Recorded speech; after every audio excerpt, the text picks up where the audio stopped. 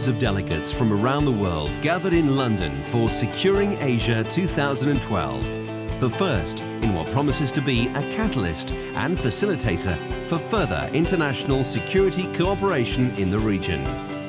In the setting of the Queen Elizabeth II Conference Centre in central London, next to the Houses of Parliament and historic Westminster Abbey, Securing Asia 2012 attracted high-level delegations from 28 countries across Asia, the Middle East, Africa and the West. During 3 days of presentations, over 50 subject specialists delivered their views on Asian homeland security and counter-terror before an audience of high-ranking representatives of Asian nations and global security suppliers. An exhibition of 42 leading security companies provided an invaluable commercial focus to the summit. The speakers represented the top echelons and decision makers from the governments of the region.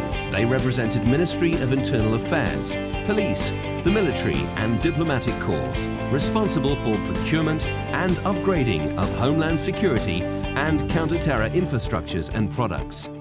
As the host country for Securing Asia, the United Kingdom provided high-profile speakers, including 5 members of Parliament: Jack Straw, James Brokenshire, Joe Johnson, Bernard Jenkins and Patrick Mercer. Securing Asia was conceived as a dedicated forum for representatives of Asian nations and global security suppliers to meet and discuss Asian homeland security and counter-terrorism. The organizers meticulously planned the 3 days of the summit to allow delegates to exchange ideas and conduct business. There are 49 countries in Asia. It's impossible for anybody to go to 49 different countries. That's where we decided, let's bring the 49 countries into one city. And what better city than London? The intellectual content of the summit was a key part of its success. Delegates were treated to presentations by leading experts in the region, including Dr. Mukul Sangma, the Chief Minister of Meghalaya, a developing state in India, former Ambassador Partha Sathi of India, former Ambassador Dr. Maliha Lodhi of Pakistan, and Manuel Hassasayan of the Palestinian General Delegation to the United Kingdom. The summit also heard from intelligence specialists like Dr. Jack Caravelli, Director of the Institute for Applied Sciences, academics like Professor Anatole Levin of the Department of War Studies at King's College London, Professor Sir Lawrence Freedman, Professor of War Studies, King's College London, and many more speakers. Delegates and exhibitors were also invited to attend free workshops tailored to their particular needs. For delegates, the UK's National Counter-Terrorism Security Office organised a high-level briefing, while for exhibitors, the workshop focused on how to do business in Asia. This invaluable session for exhibitors covered attitudes and mindsets, business culture, perceptions, and the legal framework.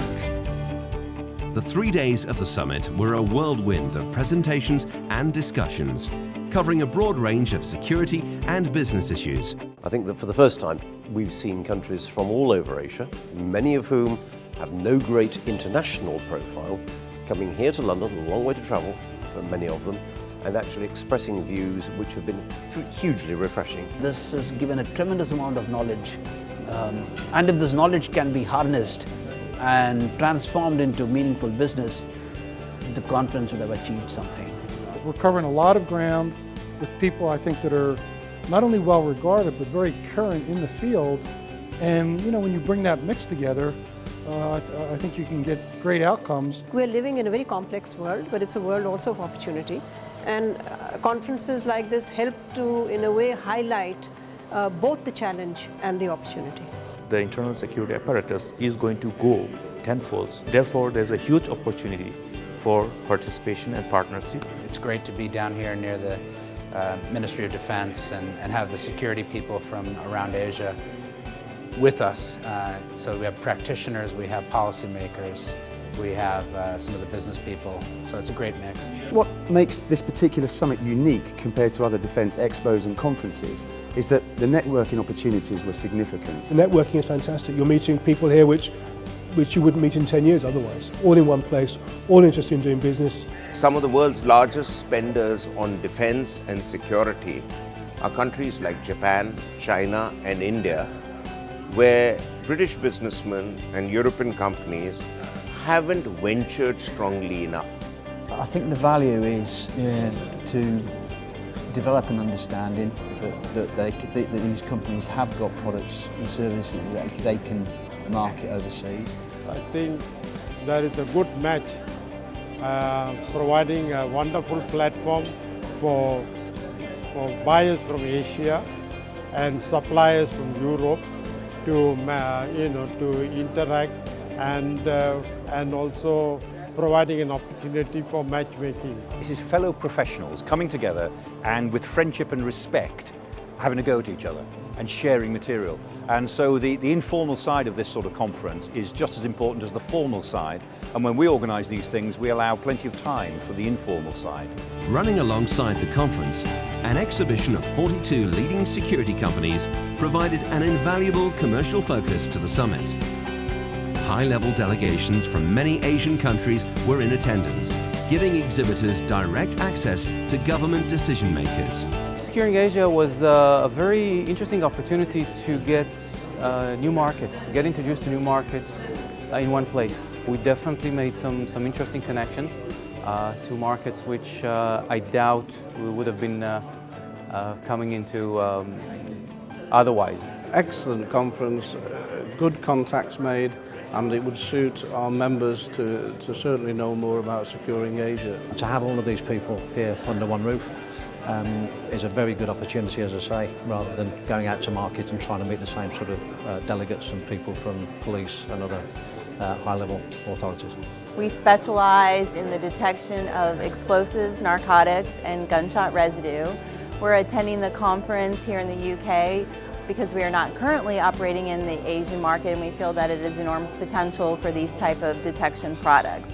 At the moment, most of our market is currently out in the USA and various other Western countries, and Asia is a growing market which we would like to take part in.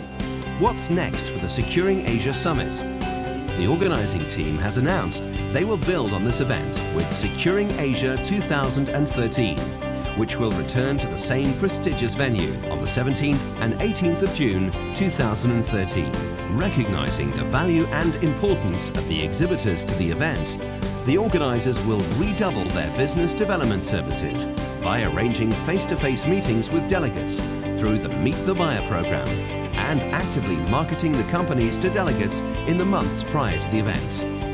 Securing Asia promises to become a highlight of the international security calendar, attracting high-level delegations and exhibitors from worldwide to meet and do business in the heart of London. For more information about next year's event and what's available for exhibitors and delegates, please visit the website at www.securingasia.com.